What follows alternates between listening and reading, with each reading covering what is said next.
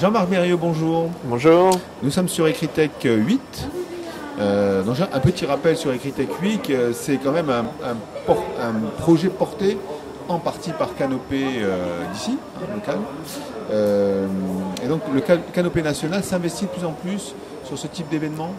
Disons que depuis la mise en place de l'établissement unique, c'est-à-dire le 1er janvier 2015, on a été amené aussi à faire que ces manifestations qui étaient très localisées puissent aussi avoir une dimension nationale. Et c'est pour ça que depuis quelques années, on est amené aussi à reconfigurer l'ensemble des manifestations et des colloques, des temps d'échange et de partage pour faire que ça puisse aussi s'intégrer pleinement comme des outils au service de la communauté éducative proposés par Canopé et par le réseau Canopé. Donc c'est comme ça qu'aujourd'hui on imagine tous ces moments et de créer le maximum de liens, parce que c'était très souvent des moments qui étaient liés à un territoire, et on veut permettre d'élargir, de pouvoir structurer un peu différemment ces moments-là et faire qu'on puisse sur une année essayer de construire une certaine continuité entre ces différents moments.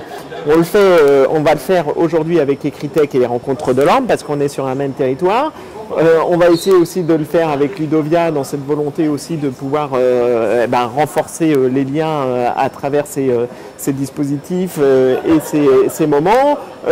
Et du spot a été aussi un nouveau moment proposé, et je pense que l'originalité de la forme a servi le fond, et que concrètement on est aussi dans ces enjeux-là de se dire que ces moments doivent, en tout cas ces lieux d'échange doivent être repensés aussi en fonction de là où on en est dans les réflexions, dans les échanges, dans les partages, et du coup c'est aussi cette dimension-là à intégrer. On est aussi en réflexion par exemple sur l'UNA, qui est l'université d'été d'automne sur la région de Dijon, et qui a pris aussi beaucoup d'ampleur. C'est 2500 personnes sur une seule journée, donc on voit aussi que là-dessus on est dans une complémentarité par rapport à ces temps, et surtout faire que ces temps soient vraiment là au service des enseignants et du coup de leur donner une certaine complémentarité. On voit que le numérique de plus en plus utilisé en classe, on est en régime, pas de croisière je dirais, mais on a vraiment maintenant pris une bonne allure. La position de ces événements qui ne sont pas numériques, qui sont quand même physiques, un rassemblement concret de personnes qui se côtoient tous les jours, est-ce que ça a encore une utilité véritablement et la duplication de ce type de choses? Moi je pense que c'est absolument essentiel. C'est-à-dire dans un environnement numérique, il ne faut pas penser que la proximité et le présentiel n'existent plus. Au contraire, on a besoin, parce qu'on a une forte consommation des outils numériques qui nous permettent d'être en communication régulière, d'avoir certains moments où on est dans une autre posture, où on est dans une démarche réflexive par rapport à ses propres pratiques.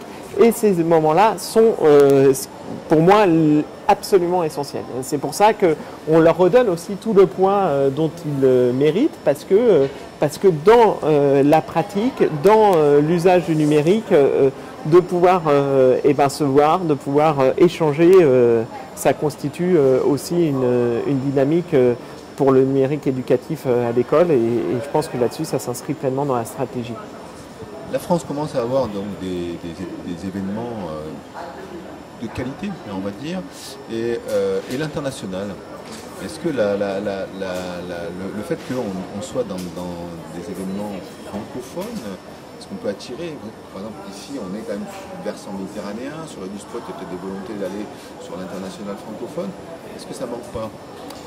Aujourd'hui, je pense qu'il y a une spécificité française, et en tout cas la spécificité pédagogique française à exporter aussi dans le cadre du numérique et dans le cadre d'enjeux qui dépassent nos frontières. Et ça, là-dessus, ces événements peuvent y participer. C'est la première fois d'ailleurs par rapport à Educatis ou à EduSpot, il y avait une dimension internationale.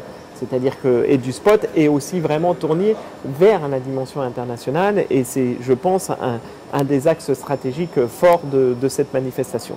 On le voit bien, c'est-à-dire que fédérer des communautés, c'est aussi fédérer des communautés qui vont au-delà même du territoire national, et là-dessus on a un rôle à jouer dans la francophonie en tant que telle, et on voit bien entre autres dans des enjeux tels que des territoires africains, en tout cas des continents, sur le continent africain, on a là aussi voilà, un accompagnement possible, et aussi sur d'autres territoires. Nous, à travers l'action, et on a mis en place une vraie stratégie internationale à Canopé aussi, et ben cette expertise est demandée au-delà des frontières. On a beaucoup travaillé sur le Liban, on est en train de travailler sur Haïti, on a plusieurs projets très structurants et importants qui vont nous permettre de pouvoir aller faire que cette expertise puisse dépasser nos frontières.